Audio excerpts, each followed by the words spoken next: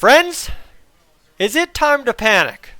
Well, the Oilers just lost tonight, their second in a row, and they're in danger of losing all three on this road trip to New York. This is Dolynny TV, and friends, a 3-0 final for the New York Islanders over top of the Edmonton Oilers. And we all of a sudden seem to be in somewhat of a mini tailspin, and as I said right off the top, is it time to panic? It's a fair, valuable question to be asking for the Oilers faithful right now.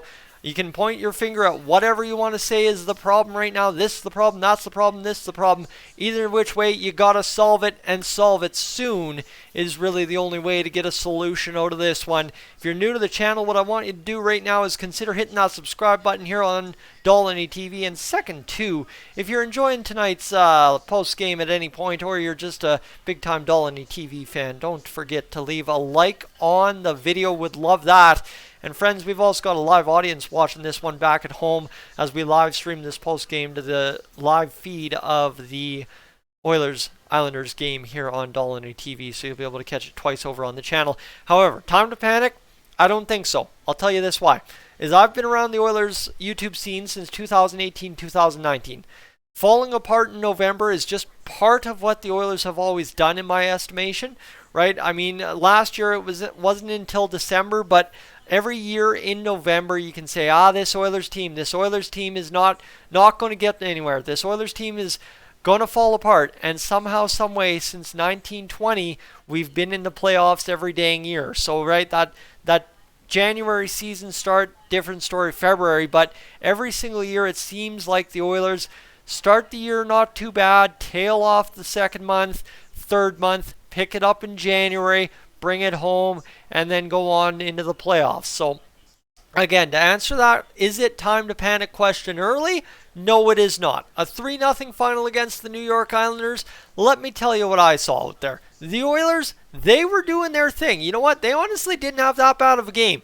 You take away, and this is a hard ask of Oilers fans who are upset after tonight, you take away that shorthanded goal and the subsequent power play goal within the 2-minute stretch in the second period, tipped in by Evan Bouchard for the New York Islanders. It's a 1-0 game in which the Edmonton Oilers put up 50 shots on Ilya Sorokin and get shut out. That's what it is. And Jack Campbell at fault maybe on one goal tonight, realistically.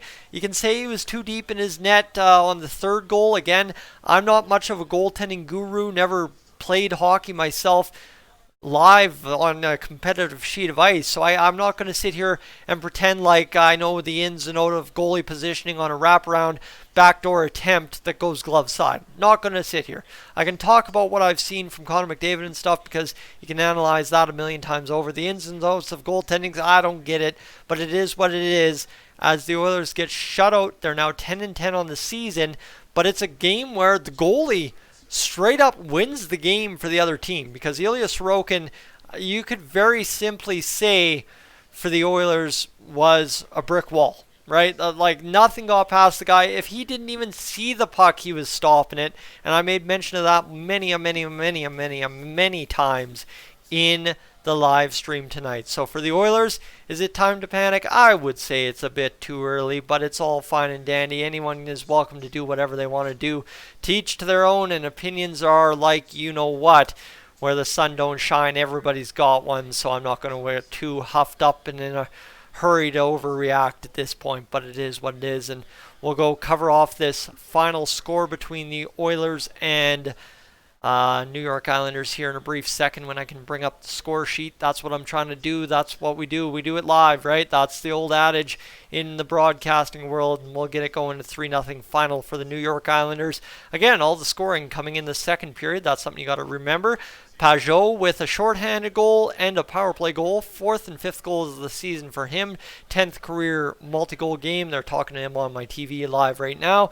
Parise with an assist. Pelech with an assist. Barzal with an assist. Anders Lee with an assist. Sebastian Aho's second goal of the year from Oliver Wahlstrom and Casey Cizikas.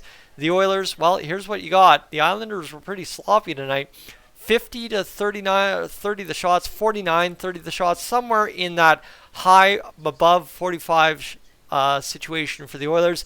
20-17 the hits for the Islanders, so it's not like the Islanders out-gridded the Oilers tonight. 37-34 the face-offs, pretty dead even there. Penalty minutes, here's where you want to know. Friends, where'd the Oilers lose this hockey game? That's your question to me tonight. The Oilers lost this hockey game on special teams. Not because the penalty killed them, but they were 0 for 5 on the power play. That is a rare night in Oilers land to go 0 for 5 on the power play, and it is what cost them in a 3-0 final against the New York Islanders. Just not taking the first shot immediately when it's available and just kind of turning over pucks, creating opportunities to go back the other way, and that really cost the Oilers an opportunity to try and win tonight. And I think that's your biggest victim to blame. It's not Jack Campbell. It's not the Oilers defense. It is simply put, the power play just could not put together anything of substance, and the Oilers were pushing all game but weren't able to get anything going because of it. So that's really unfortunate there, but is what it is.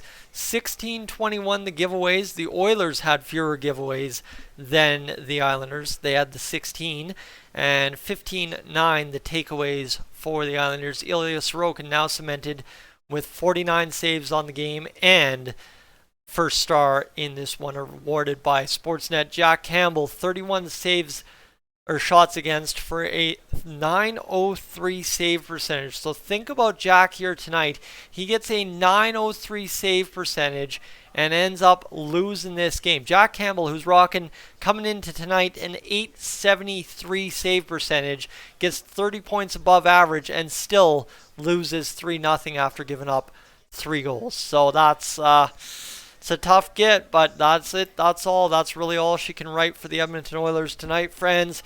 Other than that, what do you draw? Like I said, go back to that "Is it time to panic" line that we're going to use as the title of this video. I think it's very easy to say that yes, you should, but I think easy answers are always the weakest answers.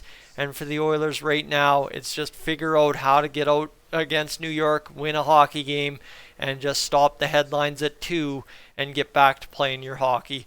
That's really all it comes down to for me. So friends, I'm Tyson, this is Dolynny TV. Thank you so much for tuning in this evening on the live stream and here on the game review, because this is happening both at once. And I'd invite you to hit that subscribe button if you haven't already after my question to you earlier. And of course, friends, if you enjoyed the live stream and you enjoyed this video, leave a like as well.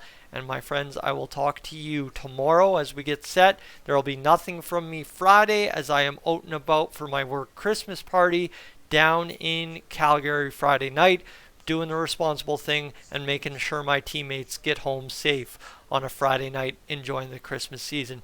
I am up on out of here.